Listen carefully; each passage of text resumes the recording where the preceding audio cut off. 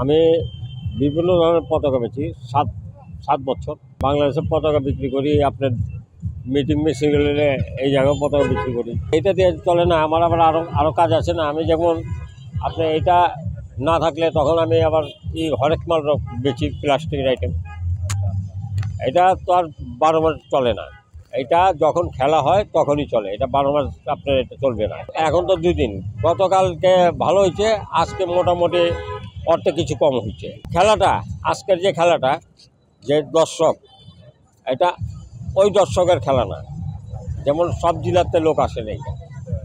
আর কালকের যে খেলা, যেমন আপনার বরিশালের খেলার লোকটা আকর্ষণ ছিল, আপনার ঢাকার আকর্ষণ ছিল, আপনার রংপুরের আকর্ষণ ছিল।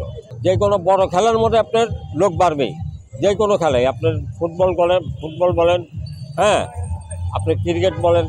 যেমন আপনার যদি অস্ট্রেলিয়ার টিম আসে ক্রিকেটে, তাহলে আমাদের দেশে দর্শক বাড়বে খেলার মধ্যে। আর দেশি টিমের মধ্যে, ক্লাব টিমের মধ্যে এরকম লোক হয় না। হয় এক সময় যেমন লোক হইতো, যেমন আমাদের বাংলাদেশের ফুটবল জগতের মধ্যে, তখন তো আপনি দেখেন নাই, ফুটবল জগৎটা দেখছেন? ফুটবল জগতের মধ্যে আপনার যা লোক, ঢাকা স্টেডিয়ামের মধ্যে লোক জাম লেগে যেত, টিকিট মানুষও পাইতো না। পেলে আপনি ঢাকা, আমি ঢাকার ছেলে, হারলেও ঢাকা, জিতলেও ঢাকা।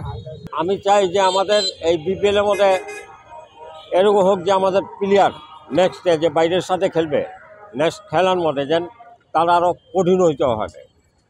বিপিএল খেলা, ক্লাব টিমের খেলা, যে তাদের খেলার মান বাড়তে হবে, তাদের খেলা সুন্দর করতে হবে, যাতে বাইরে গেলে আমাদের দেশের যে নামটা বিরানি আসে। এই বন্ধু বেচে এগুলো দেয়া দিয়ে, আর আগের থেকে ব্যস্ত, তারপর আমিও বেচলাম। এই অনেক দলের আছে, সব দলের নাম চিন না। এটি অনেক আগে বিক্রি করছি, কিন্তু মাঝখান দিয়ে আপনার বিক্রি করি না। এখন এই 5-6 মাস ধরে বিক্রি করতেছি। বরিশাল ভালো খেলে, এই জন্য আপনার বরিশাল ভালো খেলতেছে, এই জন্য বরিশালে সাপোর্ট দিচ্ছি।